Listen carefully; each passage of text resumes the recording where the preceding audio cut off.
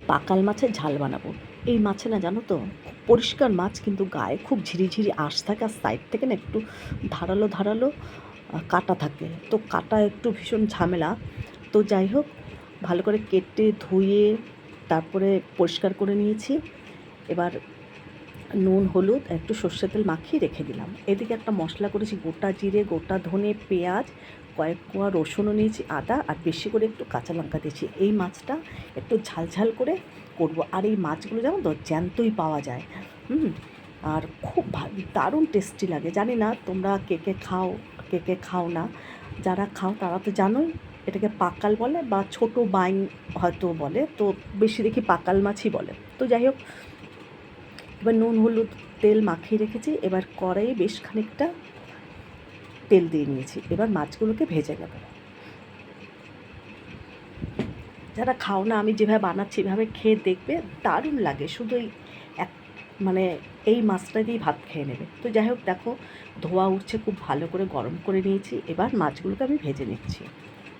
আর এই মাছ ভাজার সময় না কোনো এমনি ভেঙে যাবার ভয় থাকে না। বেশ কড়াইটা গরম করে নিয়ে এই দেখো কতগুলো করে দিয়েছি। আর এই মাছের কিন্তু দাম কিন্তু খুব একটা কম থাকে না। সবসময় এই মাছের দাম 300 350 টাকা করে থাকে। তো যাই হোক, এই দেখো দেখতে ছোট ছোট মাছ, কিন্তু দাম নিয়েছে 350 টাকা করে কেজি। তো যাই হোক, আর ভীষণই ভালো লাগে। দেখো মাছগুলো সব ভেজে নিয়েছি আমি, কি সুন্দর, একটা মাছও কিন্তু ভাঙেনি। আর এই মাছগুলো ভাজার সময় ভাঙেও না। তো যাই হোক, আমি ওই তেলের মধ্যেই ফোড়ন দিয়েছি, একটু কালো জিরে দিয়েছি, একটু গোটা সাদা জিরে, আর একটা শুকনো লঙ্কা ফাটিয়ে।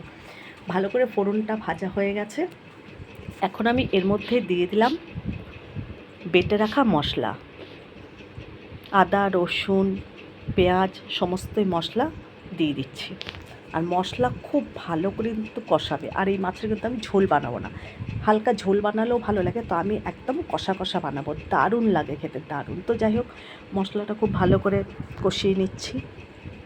দেখো আদা কাঁচা লঙ্কা রসুনের পেস্টটা দিয়ে দিয়েছি। এবার আমি দেবো এর মধ্যে পরিমাণ মতন নুন হলুদ, আর কিন্তু পেঁয়াজ বাটাও রয়েছে, পেঁয়াজ বাটাও দেবো। তো যাই হোক, পেঁয়াজ বাটাও কিন্তু দিয়ে দিয়েছি আমি, সেটা দেখানো হয়নি। আর পরিমাণ মতন কাশ্মীরি লঙ্কার গুঁড়ো দিলাম। আর আমি টমেটো আর ছিল না, তার জন্য টমেটো কুচি না হলে কেটে নিতাম। তো আমি এর মধ্যে টমেটো ক্যাচাপ ঘরে ছিল, সেই ক্যাচাপগুলো দিয়ে দিয়েছি। দেখো মশলা খুব ভালো কষে এসেছে। এবার এই দেখো টমেটো ক্যাচাপ দিয়ে দিলাম, বেশ খানিকটা দিলাম। আর একদম ভালো করে আবারও কিন্তু কষিয়ে নেব। আর কষানোর সময় এখন আমি সামান্য একটু চিনিও দেবো। ইচ্ছেগুলো তোমরা নাও দিতে পারো চিনি, তো আমি সামান্য একটু দিচ্ছি চিনি। এই দেখো অল্প একটু দিলাম। মশলাটা কিন্তু খুব ভালো করে কষা হয়ে গেছে। আবারও একটু নাড়িয়ে চাড়িয়ে একটু জল দিয়ে দিয়ে ভালো করে কিন্তু কষাবো। দেখবে কষাটা খুব সুন্দর হয়ে যায়।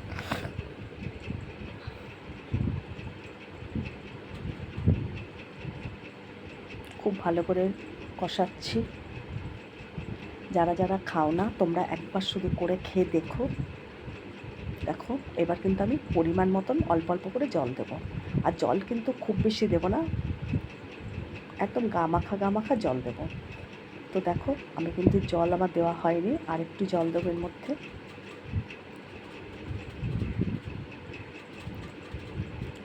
যে কোনো জিনিসে মশলা যত কষাবে তত কিন্তু খেতে টেস্টি হয় রান্না। সবসময় মশলা ধৈর্য ধরে কিন্তু কষাতে হয়। তো এই মাছটা না বাজারে পেলেই তখনই আমাদের আনে, জানো তো।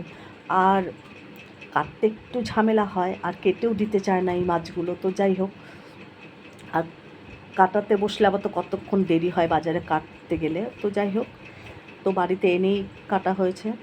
তো দেখো জল দিলাম, কিন্তু আমি খুব সামান্য জল দিচ্ছি, আর কিন্তু জল আমি দেবো না। এই দেখো ঝোলটা ফুটে উঠেছে। এখন আমি মাছগুলো এর মধ্যে ঢেলে দেবো।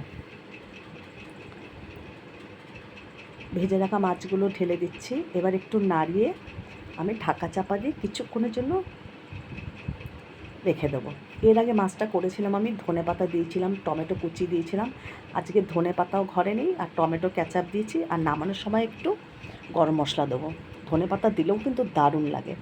যেহেতু পেঁয়াজ রসুন আদা আছে এর মধ্যে, গরম মশলা দিলেও ভালো লাগবে। আবার ধনেপাতা দিলেও ভালো লাগবে। কেউ কেউ ধনেপাতা গরম মশলা দুটোই একসাথে দিতে পারো, তো আজকে আমার ধনেপাতা নেই, আমি আজকে নামানোর সময় একটু গরম মশলা দেবো। দেখো মাছটা কিন্তু হয়েই গেছে, আর একটু সামান্য ফোটালেই গরম মশলা দিয়ে নামিয়ে নেব। ঢেকে রেখেছিলাম মাছটাকে, আবার একটু ঢেকে রাখলাম। এবার ঢাকনাটা তুলে একটু গরম মশলা দেবো, দিয়ে নামিয়ে দেবো। দেখো একদম গামাখা গামাখা অবস্থায় নামিয়ে নেবো। একটু গরম মশলা দিয়ে দিলাম, এবার গ্যাসটা অফ করে ঢেকে কিছুক্ষণের জন্য রেখে দেবো। তো পাকাল মাছের ঝাল আমার কিন্তু একেবারেই রেডি। এবার আমি নামিয়ে নেব। গরম মশলাটা দিলাম, কিছুক্ষণ একটু গ্যাসের ওপরে ঢাকা চাপা দিয়ে রেখে দিলাম। দেখো মাছটা নামিয়ে নিলাম, একদম কষা কষা অপূর্ব হয়েছে খেতে। তোমরা এইভাবে বানিয়ে খেয়ে দেখবে, দারুণ লাগে, দারুণ।